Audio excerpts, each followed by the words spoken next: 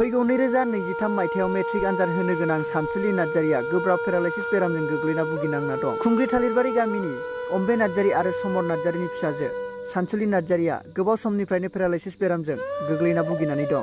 बेनिखायनो गोरिब नखरनि बिमा बिफाया सरकारनि आरो रायजो राजानि अनसुंथाइ नागिरदों। नैबे गाहायाव होनाय account number 890992977339 IFSC code SBIN 0007171 आव अनसुंथाइ हरनो थाखाय खर' गंग्लायै आर'ज गाबदों। बे जानाया माइ गायखांहां सेमोननि ओमफ्राय दानि होमबा बोसोरसेयानो हमबाय बिदि आरो ओमफ्राय बिदिनो ख्रुयैनो स्कुलाव थांगासिनो आरो मालाबा मोजां मालाबा गाज्रि मालाबा मोजां मालाबा गाज्रि बिदि जाबाय थायो।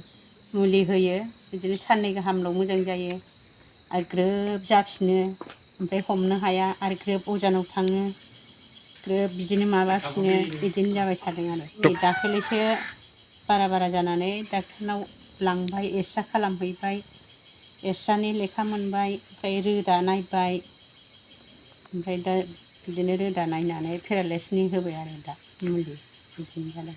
बेयावनो हाबो लाइब्रेरियावनो मा स्कुल खुंग्रिं हाइ स्कुल मा क्लासाव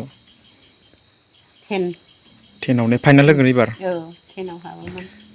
गरम बन्दनिफ्रायनो सानसेबो थांनो मोनाखै आरो बे स्कुल खुलिजेननायनिफ्राय गरम बन्द जानायनिफ्राय। मा नाम ओरैनो बेना नानिना? सानसुलि नार्जारि। दा ओमफ्राय थाङियानो थाङि अजानाव थांबाय ओरैहाय बिजनियाव ओमफ्राय थांनानै फैलायबाय ग्रोब दा बे माबायाव बेंटलनिफ्राय अजा हमबाय दा बेजों एसे माबागासिनो आरो होमबाबो जाजोबद्राया दा बेखौनो होगासिनो आरो अजानि खामानिखौनो मावगासिनो दं। रायजो राजाफोरनाव ओरैनो जेनेबा न'खरावथ' गैया नालाय नोंस्रा? गैया जोंहालाय माथो खालामनो बे रायजोनि अननायखौलाय जों माथो बुंनो हानो।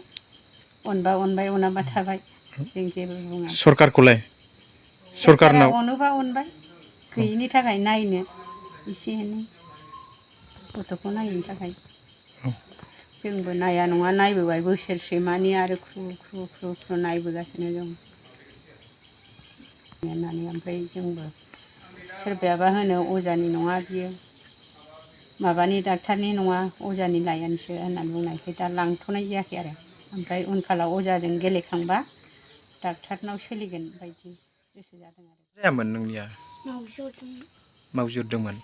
ओमफ्राय थिथिफोर लायाखैमोन नामा? थिथि लादों ओमफ्राय होमबाबो जायाखिसै? ओमफ्राय दा जेन'बा नों मा क्लासाव हाबो होनदों? 10 आव। दा बेमारा हामबायबायोबा नों स्कुलखौ हाबफिनगोन ना हाबफिना?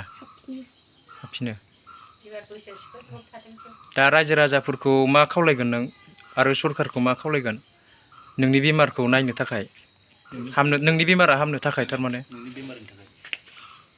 सरकारनाव माबा लुबैदों नामा नोंनि बेमारनि थाखाय?